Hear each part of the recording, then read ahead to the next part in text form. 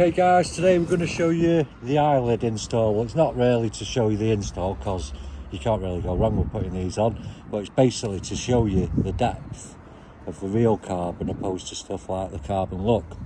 So we're going to prep it up first, obviously, with the alcohol wipe. So we'll give them a wipe and we'll be back in a minute. Okay guys, so obviously once you've got it all nice and clean and it's all dried off, there is actually a moulding mark there. What we tend to do is put it on that line. As long as you get them equal, you can see, sort of feel where they're going to go. And then once you've got the feel for where they're going to go, obviously as always, just peel off the tape.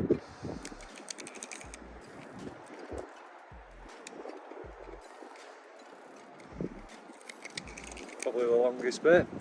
And then obviously we're going to go to that line there. So if we put that edge down, just gently let that go round, and obviously just give it a... So like I say, it's not really an install video as such, it's just so you can get the effect of the carbon in the sunlight. So you can buy these on our website, www.KillAllChrome.com. Keep liking, subscribing, sharing, etc.